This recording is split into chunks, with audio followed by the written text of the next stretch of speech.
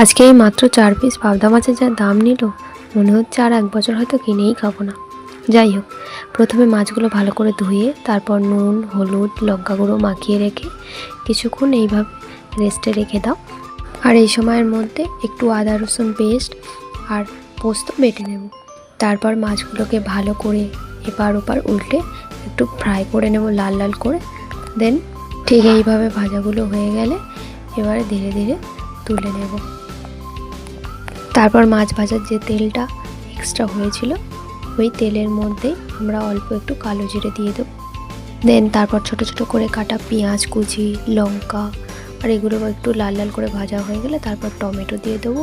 আর তারপরে একটু আদা রসুন পেস্ট, এরপর একটু লবণ আর হলুদ দিয়ে একটু কষে নিয়ে তারপরে পোস্ত পাতার মধ্যে একটু জল ঢেলে দিয়ে সেটা কড়াতে দিয়ে দেবো।